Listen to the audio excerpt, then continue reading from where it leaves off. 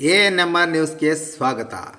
ಚಿಂತಾಮಣಿಯಲ್ಲಿ ಜಂಬೂ ನೇರಳೆ ಮರಗಳ ವೀಕ್ಷಿಸಿ ಪ್ರಾತ್ಯಕ್ಷತೆ ಪಡೆದ ಖ್ಯಾತ ಚಲನಚಿತ್ರ ನಟ ಡಾಕ್ಟರ್ ರಾಜೇಂದ್ರ ಪ್ರಸಾದ್.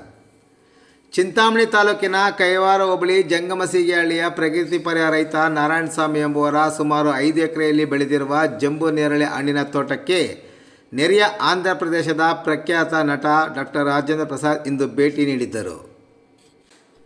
ರೈತ ನಾರಾಯಣಸ್ವಾಮಿ ಅವರು ರಾಜ್ಯ ಸರ್ಕಾರದ ಸುಜಲಾ ಯೋಜನೆಯಡಿ ಕಳೆದ 15 ವರ್ಷಗಳ ಹಿಂದೆ ಜಂಬೂ ನೇರಳೆ ಹಣ್ಣಿನ ಗಿಡಗಳಾದ ಗೋಕಾಕ್ 1 ಮತ್ತು ಗೋಕಾಕ್ 2 ತಳಿ ಮತ್ತು ಚಿಂತಾಮಣಿ 1 ತಳಿಯ ಜಂಬೂ ನೇರಳೆ ಹಣ್ಣಿನ 250 ಗಿಡಗಳ ಜೊತೆಗೆ 180 ಬೆಟ್ಟದ ನಲ್ಲಿಕಾಯಿಗಳನ್ನು ಪಡೆದುಕೊಂಡು ಆ ಮರಗಳಿಗೆ ಸಾವಯವ ಗೊಬ್ಬರವನ್ನು ಕಾಲಕ್ಕೆ ತಕ್ಕಂತೆ ಹಾಗೂ ಅವಶ್ಯಕತೆ ಬಿದ್ದಾಗ ಔಷಧಿಯನ್ನು ಮಾತ್ರ ಸಿಂಪಡಿಸಿ ಕಳೆದ 10 ವರ್ಷಗಳಿಂದ ಉತ್ತಮ ಫಸಲನ್ನು ಪಡೆದು ಪ್ರತಿ ವರ್ಷ 5 ಎಕರೆ ಪ್ರದೇಶದಲ್ಲಿ ಸರಿಸುಮಾರು 25ರಿಂದ 30 ಲಕ್ಷ ರೂಗಳಿಗೂ ಹೆಚ್ಚು ಹಣವನ್ನು ರೈತ ಸಂಪಾದನೆ ಮಾಡುತ್ತಿರುವುದನ್ನು ತಿಳಿದು ತನ್ನ ಸ್ನೇಹಿತರೊಂದಿಗೆ ಆಗಮಿಸಿದ ರಾಜೇಂದ್ರ ಪ್ರಸಾದ್ ಚಿಂತಾಮಣಿ ನಗರದ ಬೆಂಗಳೂರು ರಸ್ತೆಯಲ್ಲಿರುವ ಶ್ರೀ ಯೋಗಿನಾರಾಯಣ ಗಾರ್ಡನ್ಗೆ ಭೇಟಿ ನೀಡಿದ ನಂತರ ಅವರ ತೋಟಕ್ಕೆ ಭೇಟಿ ನೀಡಿದ್ದರು.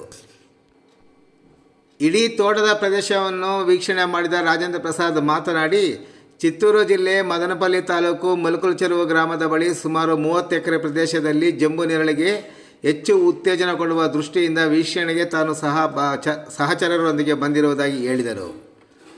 ರೈತ ನಾರಾಯಣಸ್ವಾಮಿ ಜಂಬೂ ನೇರಳೆ ಮರಗಳಿಗೆ ನೀಡುವ ತಿಪ್ಪೆ ಗೊಬ್ಬರ, ಹೊಂಗೆ ಮತ್ತು ಬೇವಿನ ಹಿಂಡಿಯನ್ನು ಹಾಗೂ ಯಾವ ಸಮಯದಲ್ಲಿ ಯಾವ ಕಂಪನಿಯ ಔಷಧಿಯನ್ನು ಸಿಂಪಡಣೆ ಮಾಡಲಾಗುತ್ತದೆ ಎಂಬುದರ ಬಗ್ಗೆ ಸಹ ರಾಜೇಂದ್ರ ಪ್ರಸಾದ್ ಮಾಹಿತಿಯನ್ನು ಪಡೆದುಕೊಂಡರು. ತೋಟದಲ್ಲಿ ಜಂಬೂ ನೇರಳೆ ಗಿಡ ಮತ್ತು ಬೆಟ್ಟದ ನಲ್ಲಿ ಮರಗಳಲ್ಲಿ ಕಾಯಿ ಬಿಟ್ಟಿರುವುದನ್ನು ಕಂಡ ಅವರು ಆಶ್ಚರ್ಯ ವ್ಯಕ್ತಪಡಿಸಿ ರೈತ ನಾರಾಯಣಸ್ವಾಮಿ ಅವರ ಸಹಕಾರವನ್ನು ಕೋರಿದ ಅವರು ಮೊಬೈಲ್ ಸಂಪರ್ಕವನ್ನು ಪಡೆದುಕೊಂಡು ಮತ್ತೊಮ್ಮೆ ತೋಟಕ್ಕೆ ಭೇಟಿ ನೀಡುವ ಭರವಸೆ ನೀಡಿದರು. ಇದಕ್ಕೂ ಮುನ್ನ ಚಿಂತಾಮಣಿ ನಗರದಲ್ಲಿರುವ ಶ್ರೀ ಯೋಗಿನಾರಾಯಣ ಗಾರ್ಡನ್ಗೆ ಭೇಟಿ ನೀಡಿದ್ದ ಚಲನಚಿತ್ರ ನಟ ರಾಜೇಂದ್ರ ಪ್ರಸಾದ್ಗೆ ರೈತ ನಾರಾಯಣಸ್ವಾಮಿ ಹೂವಿನ ರಾಖಿ ಬರಮಾಡಿಕೊಂಡ ನಂತರ ಜಂಗಮಸಿಗೆಹಳ್ಳಿ ಗ್ರಾಮದ ಹೊರವಲಯದಲ್ಲಿರುವ ತಮ್ಮ ಜಂಬೂ ನೇರಳೆ ತೋಟಕ್ಕೆ ಕರೆದುಕೊಂಡು ಹೋಗಿದ್ದರು. ಈ ಸಂದರ್ಭದಲ್ಲಿ ನಗರದ 11ನೇ ವಾರ್ಡಿನ ನಗರಸಭಾ ಸದಸ್ಯ ಅಕ್ಷಯ್ ಕುಮಾರ್, ವಾಸವಿ ಯುವಜನ ಸಂಘದ ವಾಸವಿ ಸುರೇಶ್ ಸೇರಿದಂತೆ ಮತ್ತಿತರರು ಭಾಗವಹಿಸಿದ್ದರು.